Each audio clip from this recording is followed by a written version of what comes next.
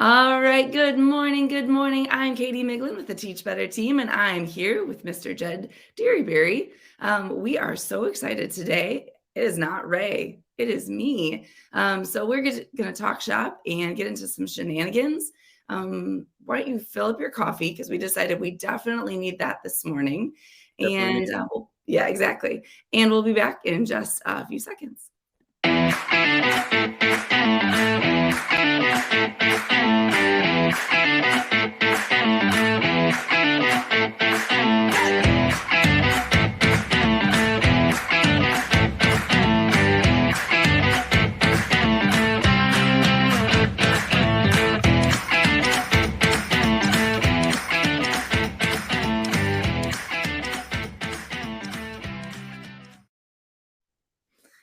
All right, good morning. Good morning. I'm Katie Miglin with the Teach Better team, and this is our daily drop-in where we come every Monday, Tuesday, Wednesday, Thursday, and Friday at 7 a.m. Eastern to talk shop with educators all over the world. And today, I have the pleasure of getting to talk to Jed Dearyberry. Jed, good morning. How Good are morning. you? I loved the dancing. Yeah, I forget that you can see that when it's playing behind the scenes there, but it's too good not to dance. And it makes me feel good. I already felt good coming on here to chat with you. I feel like I'm having the trifecta of daily drop in because I've been with Ray, I've been with Jeff, now I've been with you. Is there anybody else out there on the team that does these lives that I need to come on and chat Well, with? there's Brad every Friday, so I think we need to schedule you for a Friday. Absolutely. Now, I mean, I feel like I need to have everybody covered. I agree. Because I just love y'all. Y'all are doing great work. And every time that I'm on the show and y'all say you do this Monday through Friday every morning at 7 a.m., it just blows me away. That is such dedication to a program. I love it. So thank you for what you're doing and putting out there. I wish I could say that I watched every single episode. I don't because I'm not always awake at 7. That's okay. And we were discussing how it's 7 a.m. your time, it's 6 Yeah. a.m. my time, but you're also on break. So I I think am on break. Yeah, I Mhm. am on break, but I'm very much up and about this morning. I have a lot of things I'm working on. The next book is coming out in October, and Julie and I got our first round of edits that we're processing. And so as soon as I turn off the camera here, I'm jetting out the door to meet Julie, and we have a full day of work ahead of us. Okay. That's why I put on my fun flamingo shirt today. I don't Oh, know if I like it. can you see my flamingo shirt? Yeah, I I do. just felt like I need a little bit of fun today, Yeah. so Yeah, uh, and it's a Tuesday. We're Tuesday. out of the Mondays. I feel like, yeah, we're ready for this. Well, good morning, everybody. We see some people dropping in. Feel free to drop us a comment of what you're drinking. You're drinking tea, right? I'm drinking coffee. Yes. Okay, Jeff so in the comments. Love it. yep. Good morning, Jeff. And I just want to say that I'm not usually the host. I'm usually in your seat. So I think that means that we can kind of do whatever we want. Absolutely. Yeah, And you know what? I kind of have a history of being that guest where we just do whatever. I We like went it. off the rails a little bit with Jeff last time, and I'm okay with it. Okay, perfect, perfect. Well, me too. We are going to get into some good news stories. We've got some holidays. Unfortunately, I was really hoping we'd have some ridiculous off the wall holiday, and we don't. They're kind of basic today, but that's okay. You're just plain. It's okay. Right, right. But we are going to get into our brainstorming and kind of talk shop. So first, let's do introductions. I know you have been in our community for a while. I know you have been on our 12-hour, you've been on Daily Drop-In Mhm. multiple Mhm. times. Mhm. But for people who maybe have missed all those things, can you tell us a little bit about yourself, where you're at, what you do, what do you value do you provide to education? So that's a loaded question, depending on what time of day you ask me. But right now, on this day, I think I call myself an educator of educators at this point in my career. I'm training the next generation of educators in my adjunct work, and I help equip, encourage, and empower educators through professional development that is meaningful, relevant, and fun. Not another PowerPoint, not another boring sit and get presentation. And I do that through playful teaching, through playful learning, and I use a lot of the arts And in my free time, I wrote a book called The Playful Classroom, and then followed it up with a book called The Courageous Classroom, and just finished a brand new book that's out of the education sphere, but it's still educational, but it's not for educators. It's Can you called explain that? Yeah. Okay. So it's a book that definitely teaches you something, right? I Okay. guess you could call it a self-help book. Okay. But it's called The Playful Life. We got so much feedback from the Playful Classroom and said, man, we love this for our classrooms, but we need this book for our everyday life. How do we make our everyday lives more playful? And we started getting that feedback also from non-educators who were reading our book. We had lots of non-official teachers reading our book, and let me tell you who those people are. Like when we wrote the book, we wrote it specifically for classroom teachers, Mhm. primarily public school educators, because that was our sphere that we worked with. Right. But then homeschool moms started picking up the book, and then people who led 4-H clubs, or people who volunteered for Special Olympics, Yeah. people who ran camps with the American Camp Association started Mhm. picking up the book and said, hey, the Playful Classroom is anywhere that you teach. Yeah. And they're right.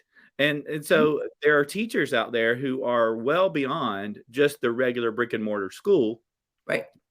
that then said, hey, we need this book for our everyday life as well. So we went to the publishers. We said, we have this idea. We think we could write a whole nother book just for the everyday folk.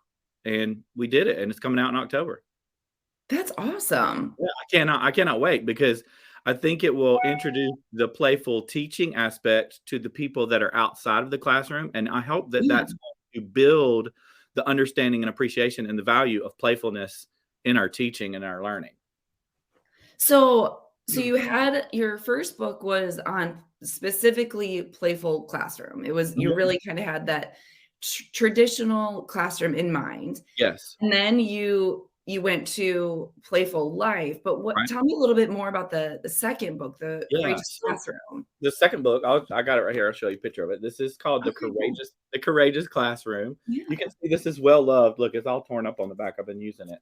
Um, this is a very different book than the Playful Classroom, Playful Life. This is The Courageous Classroom. I wrote it with fantastic author Dr. Janet Taylor, Okay. who is a psychiatrist, who was in the middle of writing a book all about fear and trauma and how it is affecting our students across the board, and how that comes into the classroom, and how teachers just aren't adequately trained on how to handle that. How their trauma has turned into fears that are very triggering throughout their day, and teachers need to be aware of it. But also, we wrote about how teachers come into schools with their own trauma. Mhm. I'm very open and honest in the book about my own childhood. There were some things that happened in my childhood that shouldn't happen to any child, that I carried with me through school, and I carried it right into the classroom with me when I taught early childhood. Um, and that changes your perspective on Mhm. how you help others who are dealing with that trauma. It helps you. I feel like it was valuable for me. I mean, I wish I hadn't gone through it. I Mhm. would much rather say that I had never been through those things, but those things definitely gave me insight in how to help students that were in my classroom. And so it's a very heavy book compared to the other two. Okay. Um, but the publisher reached out and said, hey, we have this psychiatrist and she really needs a teacher voice in the book. And we think that you could add to that. And so they paired us together and we wrote the book. And it's a book I'm very proud of. The Playful Classroom does get a little more press, I think, because it's where people are drawn to it right now. Mhm. And the fabulous cover by Peter Reynolds. I don't know if you've seen the cover, but Yeah. Peter Love Reynolds, I mean, hello. He did that cover for us. And so that it draws people to it. it. Mhm. And suddenly, you remember what we talked about live TV? Suddenly all my books just fell on the floor. I just don't know what happened. And they're going to stay. But I was like, oh no, they're falling and I can't do anything about it. We Um, were right before we jumped on, we were talking about interruptions while we're live, and I shared that my kids like to wake up right as we go live, and sometimes we'll jump in, and so I think you just modeled it that it's I life. did. You're live, I and you tried. can't jump. I tried to. One of the best bits of advice I ever got as an educator I was a trainer for the district I worked with, a technology trainer. I would teach other teachers how to use Promethean board in their classroom. This was right Okay. when they were first getting big, like 2007, 2008, or Mhm. whatever. And the person who trained us from the district office, she said the first thing that you know how to do when you're teaching or anytime you're live in front of people, you have to know how to fix your face. And I was like, "What's that?" And fix your face. You have to make sure that your face does not communicate your internal Mhm. dialogue or internal emotion. And so inside, I was very panicked that those books were going to fall and make a big loud noise. But I was trying to be like, "Hey, fix my face, right?" But they didn't make too bad of a noise. It was okay. Katie, No, I honestly probably remember wouldn't that. even say it. Remember that. Fix your face. That's it. I And, always think it's funny when, like when Facebook or YouTube, they get like the screenshot of like when you oh, go to share a video and yeah, it's the never thumbnail. it can never be like a good face. It's never like the smiling moment. It's always like the weird. And I mentioned this show that I do on YouTube, and it automatically makes a thumbnail for you. It gives you the option to go back and create your own thumbnail. Mhm.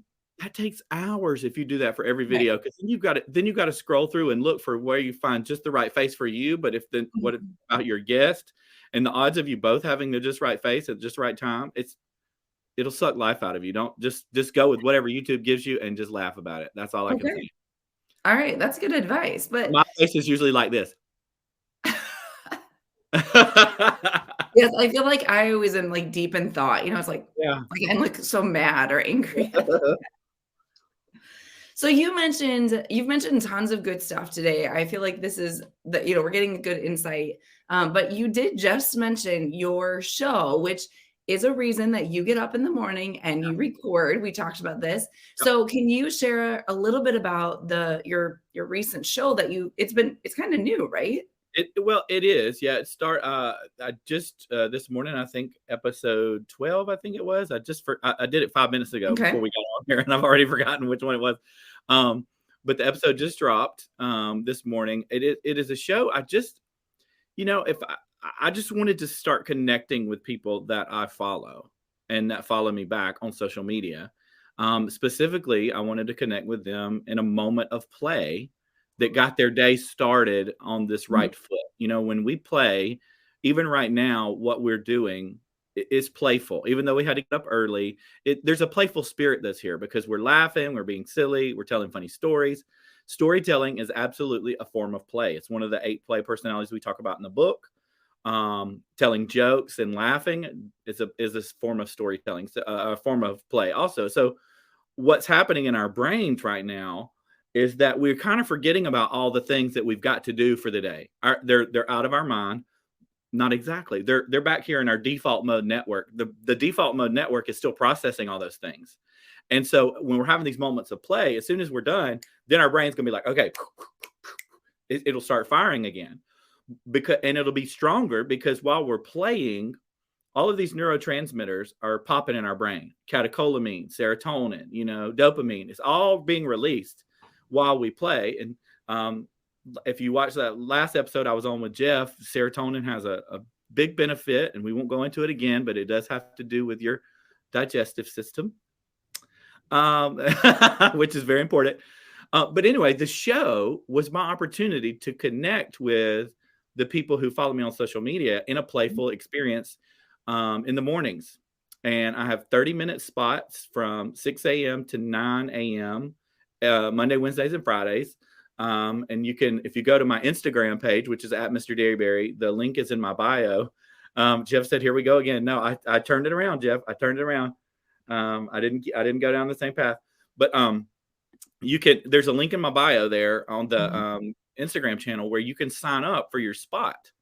And I do it early in the morning because I want it to have this feel of like we're just waking up. We understand that play is valuable for us, so we're going to start our day with a moment of play. I love Some that. people some people start their day with a moment of meditation or prayer, devotion, or just maybe just sitting in solitude with their coffee. But I have found just in the time the days where I do record, the rest of my day is so productive because I got up early. I started playing. My brain is just like fired up. Mhm. Ideas are flowing. And I've had this really cool connection. And some of the people that have been on the show, I don't even know them. They just follow me on social media, and I don't even know who they are, but they just signed up, said, "Hey, That's this looks like fun. I want to be on your show." And so I'm meeting new people and making friends while I'm playing. It's fun. I think it's such a unique way to start your day because you and I talked about, different ways you start your day, one of Mhm, them being working out, that's a common thing people mhm, do. But really play, it kind of brings that in. It brings that like that, getting your minds moving in a different way, in a unique way. But I love that it's so positive. We both kind of laughed about sometimes in the morning you don't want to do something until it's over and then you're like, "Oh, that was a good idea." yeah. So, it's like it gives you that positive spin on the day, and I think it is so cool that, you said every Tuesday and Thursday, Yeah. you're gonna have a different start to your day, and it's positive and fun, and yeah, I love that. Yeah, when I first started filming, my goal was to just drop 1 a week, Okay, but so many people signed up right away, and I recorded so many upfront. I have enough to drop 2 a week. awesome. So I drop the episodes on Tuesdays and Thursdays, and then I record Monday, Wednesday, Friday. Oh, okay, okay. Yeah. No worries. And then, but like what I do, sometimes it's very simple. Like, I'll give you an example of a very simple thing that I did. Like, do you know Carly and Adam who do the STEAM workshops? I don't think Uh, so. Carly and they do. It's called Carly and Adam STEM. Okay. Anyway, I had this journal here where we Mhm, looked up in this journal a page where it talked about exploring words. And we grabbed books nearby and explored words that were in there. And we made up a silly story that goes with all the words that we found in the books, right?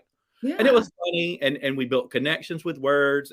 And some people say, well, that's not playful. But it was very playful if you watch the episode. It was very playful because we were laughing, being silly. But then other times, like I have this little cup nearby. Uh-huh. I just did this episode, and I grab a cup. So the person went and grabbed a cup. It was actually a team of people from an administrative team in a school that I work with in Texas. And I Okay. said, and get some scrap paper. And then we just set the cup up about a foot from us, and we had the cameras down like this, Mhm. and we were like, I said, oh, okay, on your mark, get set, go, and we started throwing our paper, and all we were doing was just throwing the paper at the cup, and the first person that got all the paper in the cup was the winner. And Oh, that was that's what we awesome. did. So it's just random little things of play. Yesterday's episode was one of my favorite that I recorded. I can't wait for it to drop. You and I talked about Wordle before Mhm. the show started. Yesterday I just made up this thing called Drawdle. And Drawdle is I have an image in my head and I'm going to draw it one piece at a time and see if you can guess it in a certain number of guesses. And Okay. the person that was on the other end, she loved it. And then I mixed it with Wordle because every time she would guess, I would let her know if she got a letter in the final answer. So it was a little bit of word and drawing, and Mhm. it was fun. And I did it over here on my whiteboard. Oh, yeah. Took that little poster down and then just did it right there. So it's I don't know, my office invites playfulness here, and I Yeah. just you know every morning is something different. And that's what else I love too, is that I'm coming up with a different idea of every episode. Mhm. So when I get to 100 episodes, I'm gonna put it all in a book again or something, maybe 50. There I you don't go. know, because it'll be 50 ways to start your day with mom play. Well, and what I love about it is it's you guys are adults that are Mhm. doing it, you're modeling with adults, Yeah, but how easy would it be for you to take those simple things and start your day in the classroom with it? And I think literally any grade level could do if that. I teach yeah, middle school, they would love it. yeah, I that's just it's such a fun, like and it doesn't take long, like you just showed us, yeah. many games in a few minutes. The average episode is between 12 and 15 minutes. And that Okay. includes me introducing the guests, us chatting a little bit, bantering back and forth about what's going on. It's just, it doesn't take long at all. And I'm so glad that you mentioned that about taking it into the classroom. The show is for anybody. It's not for Mhm. educators. It's for anybody. But every time that an educator comes on, I make sure to say, "Look, we did this. Think about how you could make this in your Yeah. classroom." And one of the things that I say to every teacher that I meet, they will say to me, "Oh, well, we can't do all this in our math class or in our ELA class. We don't have time." Okay, I get that. I've been there. I know that you don't have time. You look for the nooks and crannies of your schedule first. And we all have nooks and crannies where there's a minute or two that is unattached to anything. Mhm. Yeah. But then I also say is, teachers love to say, "Oh, I can't put anything else on my plate." Play is not something else on your plate. Play is the plate. Play is where you're putting all the things that you already have to do. You have to do math, make it playful. If you Yeah. have to do ELA, make it playful. If you have to take attendance every day before 9 a.m., figure out a way to make it playful. I Um, love that. play is the plate. It's not an extra thing on your plate. It is the plate. And I've been trying to help people understand that. And I think it's slowly starting to happen in the network of people that I'm working with. Mhm. I mentioned the school in Texas that I had worked with. It is an amazing school. It's an early childhood school. It's just for 4K. Mhm. It's a public school in the district, but they put all their 4K students in one building, and there's 28 classes of 4K students. Can you even fathom what that looks like? It's I honestly, my first thought was, how loud is that school? Well, it is loud because they're learning, and Right. their classrooms are amazing. And get this, each teacher doesn't have their own classroom. In a traditional school, especially in early childhood, each teacher has their own classroom, and that's where the kids stay all year. Every 3 weeks, these teachers rotate to a new classroom with a new theme and new playful experiences, and it is amazing what they're doing. Wow. So, like, the first 3 weeks, you might be in a transportation room. The next 3 weeks, you might be in a farm room. The next 3 weeks, you might be in the community helpers room, and Cool. they do it every 3 weeks. And then when they're done with there's 8 rooms, and when they're done with that rotation, they go and do it again with all new curriculum. It's amazing. It's That's such absolutely a amazing. unique idea. Look, I'm telling you, they are leading the way, I think, in innovative thinking at that school, and they're not doing it with one piece of technology. It's not the technology is not. I mean, they are using like a Right. whiteboard in the room or whatever. But what I mean is that they are being innovative, and the innovation is not through technology. It's through a forward thinking process of let's try something different in this class. Let's try something different in the school. Each classroom has this big mural painted on the back that is representative of the theme. They use the things from the mural in their classroom. They have playful stations all around the classroom. And part of the training that I've been bringing to them is helping them how to make those stations more purposefully playful, Mhm. weave in a story through the centers so that you don't just have centers in isolation, so that the Mhm. centers are connected as they travel around the room. It's amazing. It's called Belton Early Childhood School, and it's It's been in a You said it's in a public school yeah, it's, district, which is Belton fascinating. Belton Independent School District, and this particular school is just the school, in the district where the 4K students go. It's incredible, and I'm so glad that I've got to be a part of it this year, and I'm gonna get to go back in August and do some more work with them next school year. Um, and it's such a I can't even believe I get to be a part of it. Every time I go down there, Mhm. I'm just in awe of what those ladies are doing in that building. It's incredible. I kind of wanna go. Do you think that they would take a 35-year-old? Totally think they would take you. Now they might put you to work after, they'd let you be there for a learner for a few days, but then they'd put you to work. 28 classes of 4-year-olds. You need all the hands you can get. Oh my Um, gosh, I'm tired just thinking about that, honestly. Let me tell you this though. The first time I went, it was in August before students were there. Mhm. The second time I went was in October, and I could not wait to get there because I was like, I got to see this building with all these kids in here. Yeah. The school, it ran like a machine. Those students knew exactly what to do. They knew how to walk down the hall. They knew how to act in their classroom. I thought, no way is dismissal going to be. A dismissal it'll be I'm herding not cats. I knew it would be crazy. Mm-mm. Those teachers had those kids even by October. They're they're just barely 4 years old in October. They're still That's almost impressive. 3. And Wow. it was I'm telling you, every teacher in America needs to go visit that school just to see dismissal. Yeah, no kidding. Mm. Oh, that's impressive. Yeah, it was You get very. some people dropping in the comments. Good morning. Good Hey, morning. Patricia. Hey, Marie. Ooh, Ray. Ray is here. Boss lady is here. We have to be on our Glad to best see the behavior. boss lady. Well, we actually we're gonna kind of shift gears. We'll keep talking, but this is the time of the show where we talk through our brainstorm bank, and I know you're familiar with that, Yep. but it's where we kind of talk through a specific theme, and Mhm. so we're gonna kind of jump into that. Are you good with that? I'm good with it.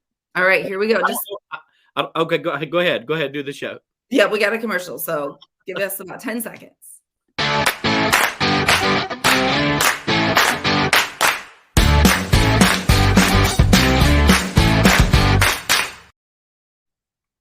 All right, welcome back. I'm Katie Miglin with the Teach Better team, and I'm with Mr. Jed Dearberry. If you haven't been listening, we have talked about a big school with small kids. We've talked about books, playfulness, all the good things, but now we are going to kind of shift gears and talk through our theme this week, which is being an advocate in the classroom and kind of elevating some maybe hidden voices, which I know is something you are super passionate about, Jed. And so I'm super excited to kind of see where this conversation goes. So go ahead. I was gonna say I am too, because I didn't know the theme. And so this brainstorm is really going to be raw because I haven't given it any thought until right now. So I don't even know like what you're about, all the questions you're about to ask me. But you said the theme was about sharing. What was the theme? I'm sorry. Being an advocate for hidden voices in the classroom. Yeah, there are so many hidden voices in your classroom, especially in that third, fourth, fifth grade age range. You know, first and second grade, not a lot's hidden because they share it. They tell everything, right? Yes, I have a first grader, and I love Yeah. getting emails from her teacher about things she shares. I taught first and second grade for the entirety of my 13-year classroom stint in elementary. I did loop to third grade one year, but I got out of that real fast because the older they get, the harder I just, it's harder for me. Okay. But the one thing I know from my own experience and dealing with students as college students and my nieces and knowing how they've gotten older, the older kids get, the quieter they get with those things that maybe whether they're bullied about, the things that make them different, the things that should be celebrated about their beauty and uniqueness. Because what happens is we learn that there are some things that society doesn't want us to talk about. So we quiet ourselves down.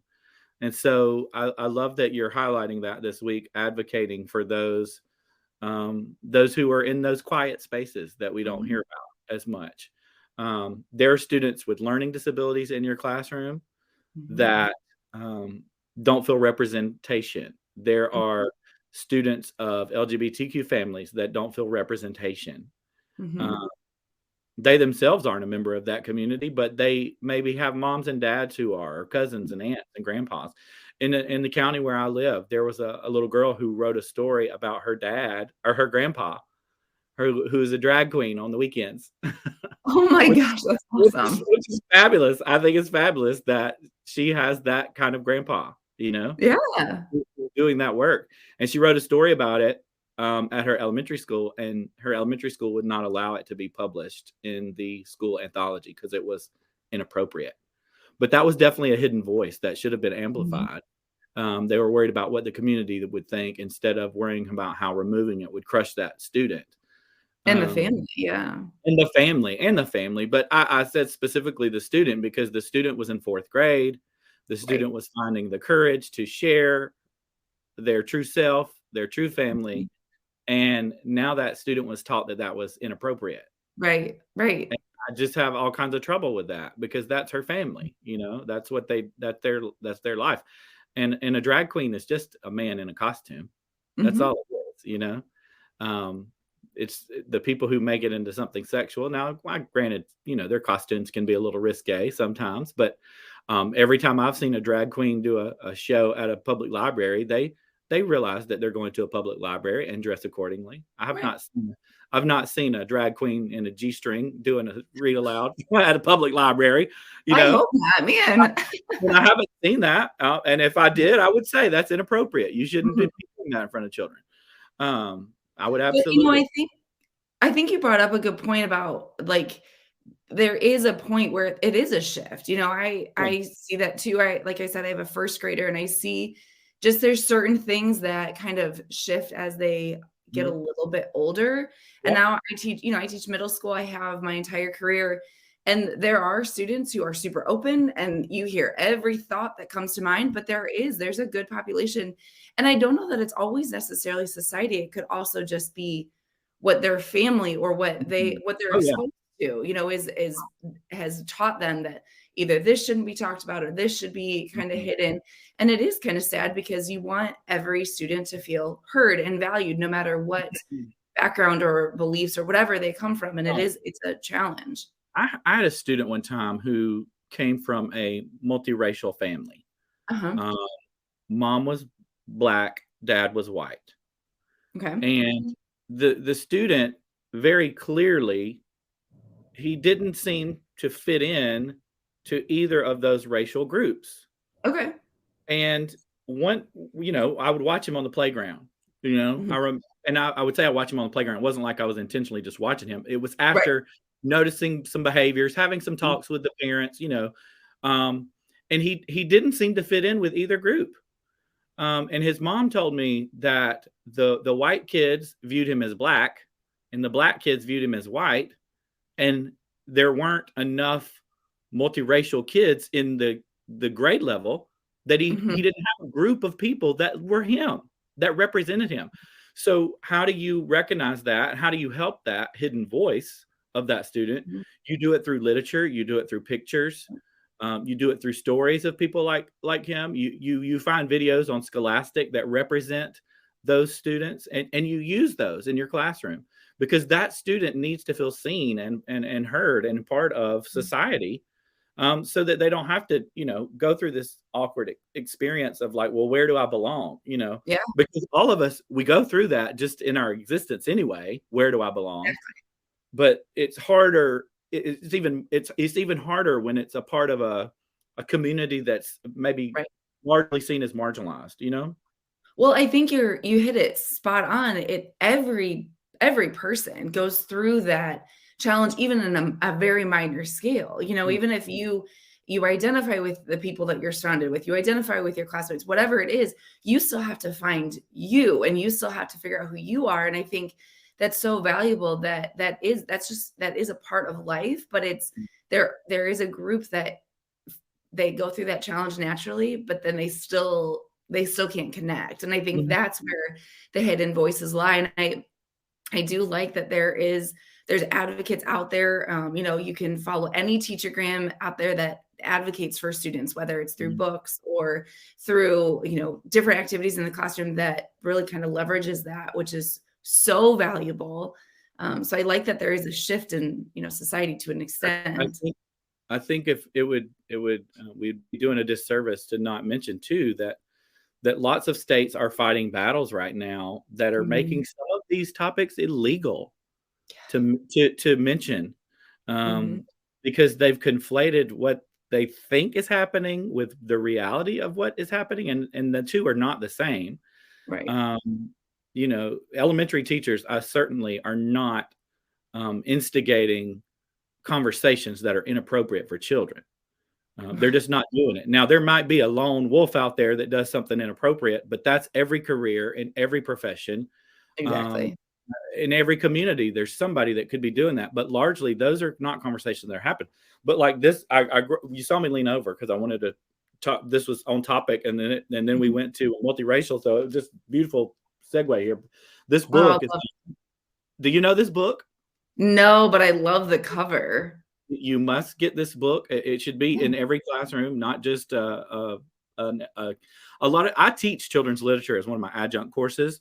Okay. I'm very passionate about helping people understand that children's literature, just because it says children's literature, I have learned more about the world from children's literature than any novel I've ever picked up. I'm just going to tell you, because you can read this in 5 minutes and take away from this what a novel takes you days to read. And Um, it's so simple. Do you notice yeah, that? These books, like, simple. I read books to my daughters, and I'm like, "Man, why is there a 500 book published on Yeah, this with yeah, all this yeah. research?" Like, this has Yeah, got it. It's perfect.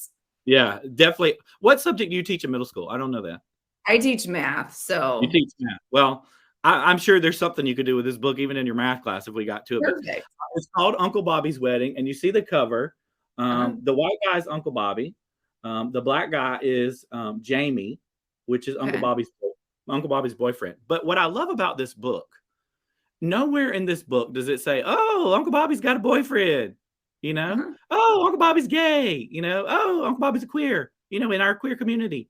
Uh-huh. It doesn't do that. It just says, "Hey, No. Uncle Bobby's getting married, and he's getting married to Jamie." And the little girl right here, I think her name is Sophia. Let me see if it says on the back. I can't remember. I can't. I'm gonna have to look because it's gonna drive me crazy if I don't look it up. I think What I it's Sophia. like, it's But just like anyway, oh, natural. Chloe is her name. Chloe, Chloe, got it. okay. So Chloe is sad because Uncle Bobby is getting married, and she feels like she's going to lose her uncle. You know, Oh, how many kids have been in that situation where maybe even their own parent is getting remarried and they feel like they're going to lose a parent? You know, so this has some really good themes in it. But then Uncle Bobby introduces her to Jamie. She loves Jamie. They go to the zoo, they go to the amusement park, they have a picnic. And then by the end, she realizes that she's getting an extra uncle. She's not losing Uncle Bobby, she's getting Uncle Jamie. What I love about this book is that it introduces you to not only a gay couple, but it mhm. introduces you to a multiracial couple.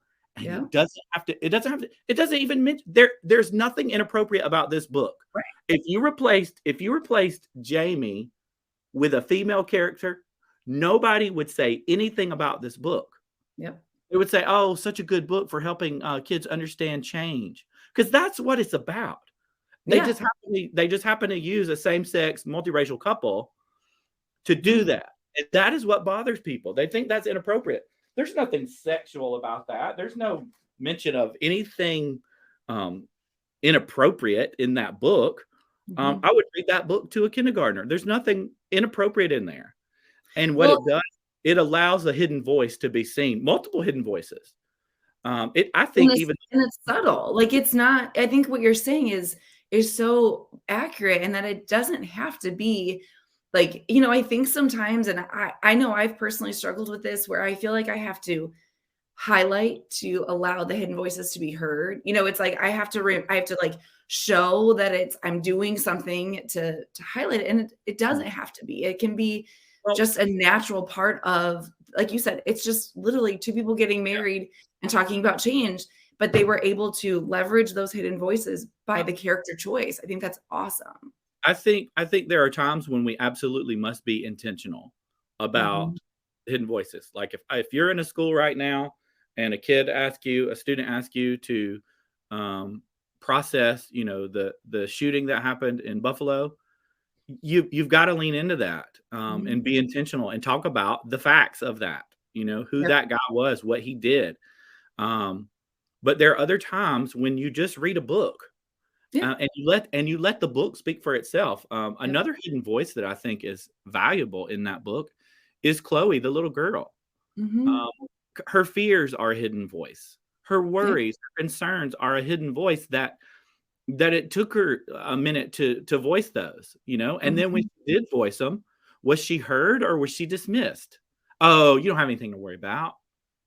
You know, they didn't Right. dismiss her. The Uncle Bobby said, "Oh, let me come and let me help you meet Jamie and get to know Jamie."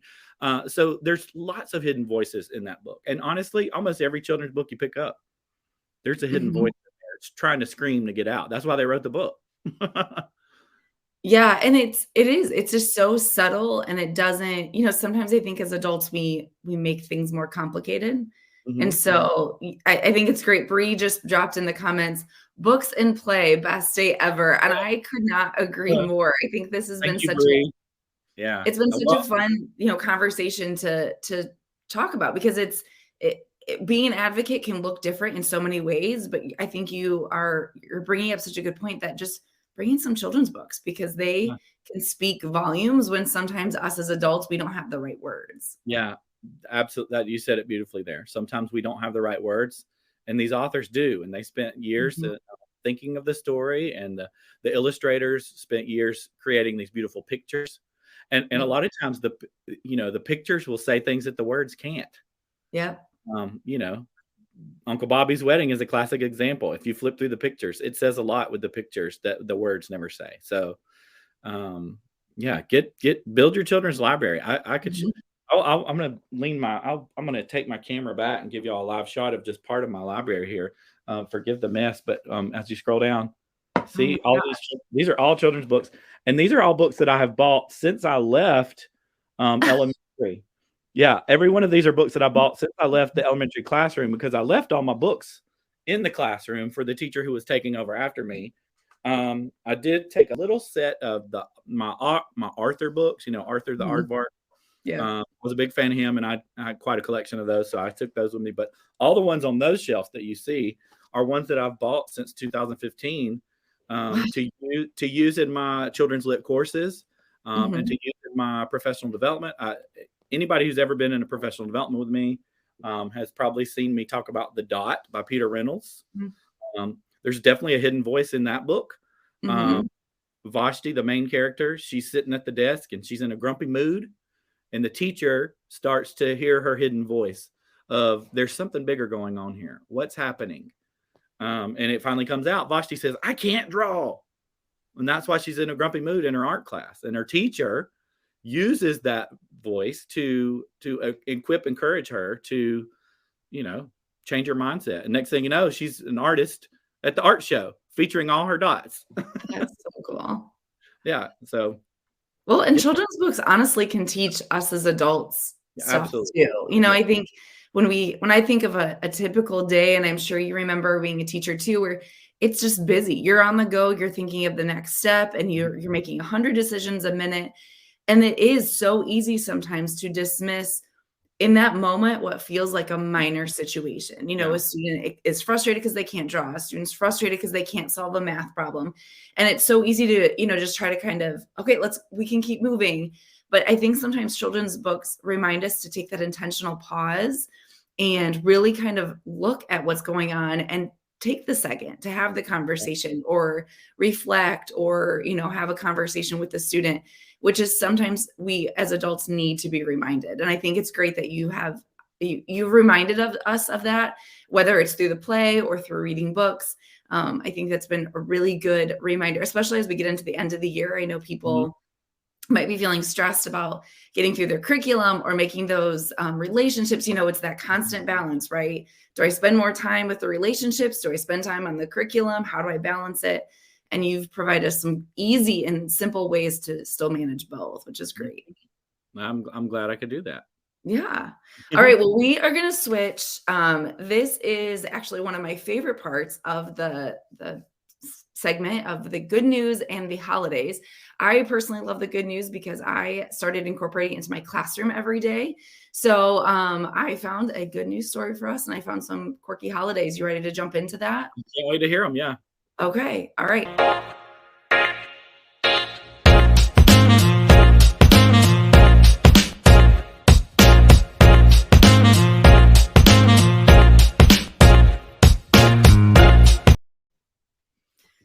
All right, well, we are getting into our good news segment, or section of this segment. And I love the good news. I love starting my day with some positivity.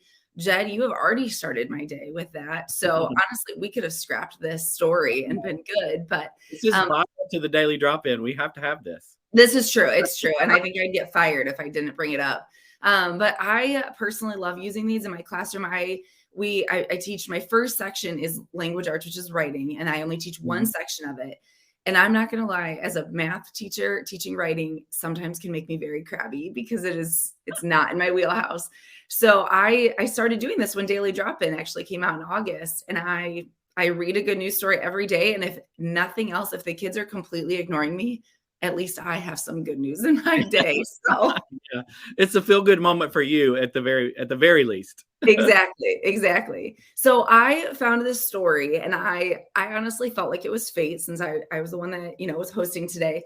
But I'm big into games. Jed, I don't know if you're big into like games as an adult. We like board games? Board games, but I also like the minute to win it games. I mean, yeah. Yes. I've done some minute games on my show that I talked about. Yeah. Exactly. So I like, anytime people come over to our house, they just know to expect like big games, and you just have to deal with it. I require it. So this one is a story. It's called One Man's Treasure Hunt Thrilled a Canadian Town, Turning Strangers into Friends. And so essentially, there was a horror themed treasure hunt in this small Canadian town. And they had this guy had created this whole treasure hunt, and it was all supposed to be spooky, and they would go to haunted like places. And so it says locals were sure that nothing of the sort had ever gripped the town of 17,000 quite like it, and for getting people out of the house after so many COVID restrictions. So essentially they did this because they wanted to bring people back together. And he said that there was 100 Canadian dollars hidden somewhere around the town harbor. And so there was like different, spooky tales that went with them. And so on May 11th, they announced that the last event would be Friday the 13th, which I think is awesome. Yes. And the extra $100 for the person with the best costume, which I also love because it's not Halloween time. It's May. Yeah. And so hundreds of people went out and brought them together, and they said they searched for 7 hours, one guy said. Wow. And it wasn't about the money. It was just about getting out and making new friends. Together. Yeah. Yeah. So now it's turned into a big thing.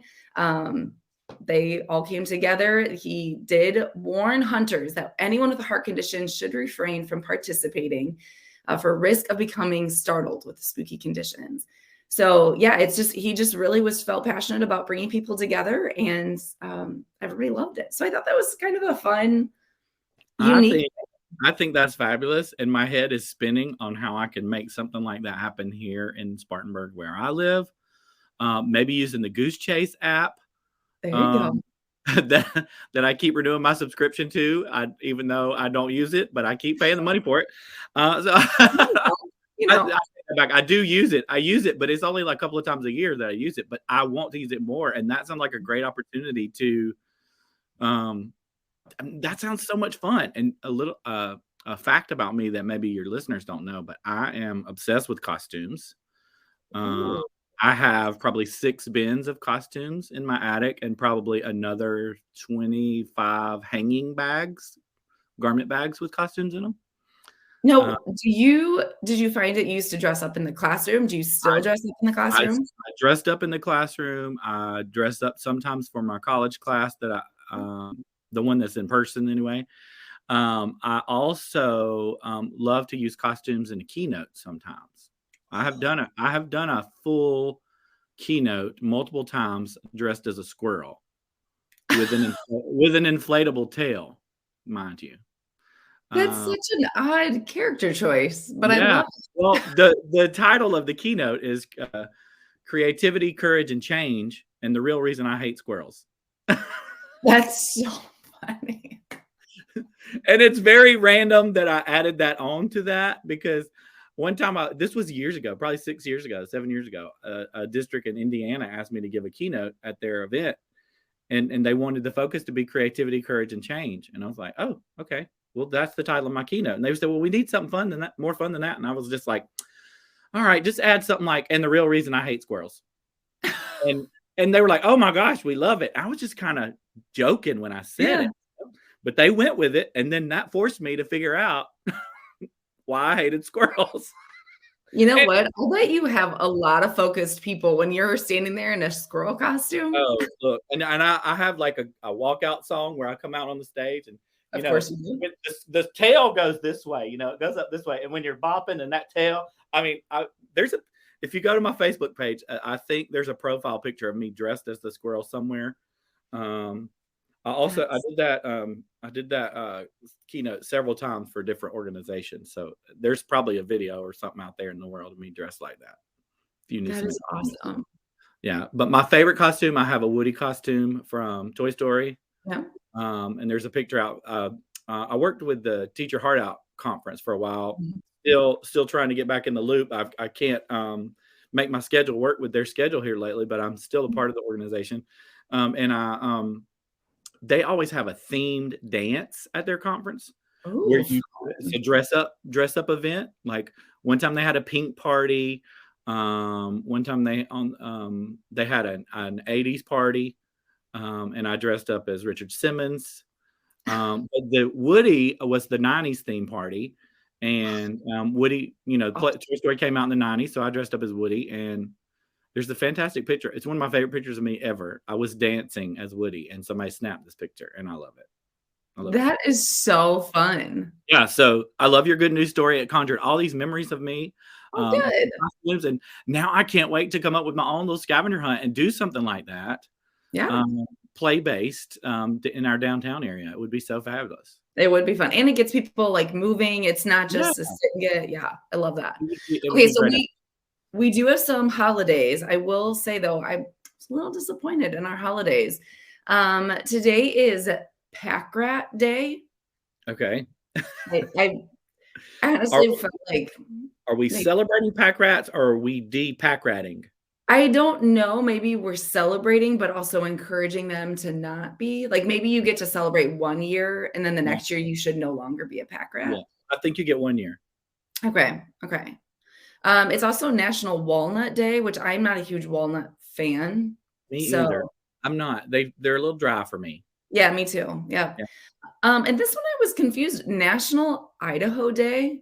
Now, was there a national every state day? Because otherwise, like, what makes Idaho so much? I don't know. I mean, does that mean the only way to celebrate that I know of was we're supposed to eat potatoes today? That's what I'm planning on doing. I assume that's how you celebrate. Okay. Well, since the holidays are a bust, let's expand that one and let's pretend that it's National Potato Day, which I'm sure there's a national potato out there. I'm sure there is. But let's pretend that is today in honor of National Idaho Day. What is your go-to potato product, side dish, etc.? French fries always. French fries always. Mm-hmm. You well, I'm a big French fry person. And we're going to go back to the French fry because I got to ask you about that. But have you ever tried the Ore-Ida mini tot? Mini tot. It's not a regular size tater tot. It is a mini tot. If you have never, look, I'm telling you, they have them at our grocery store. I'm sure they have them at a grocery store near you. Go to the frozen food where the potatoes are, the fries or whatnot, and look for I've only seen them in Ore-Ida. And I'm not a brand ambassador for Ore-Ida. I'm not getting anything.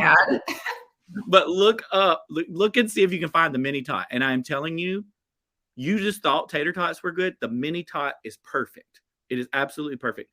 And if you cook it in the air fryer, I feel like it's guilt-free eating if you cook it in the air fryer. Right? Yeah. Oh, absolutely. I didn't even. Look, somebody in the comments said yes, mini tots. Yes, they do cook. And Sarah Jessie, I actually work with Sarah Jessie, which means that she has found them in our town. Yes. So, all right, Sarah Jessie, you have got to get Katie a bag of these mini tots. They're life changing. That's all we buy. We don't even buy French fries for home anymore because we didn't like the way our air fryer did French fries. They weren't. But the mini tot.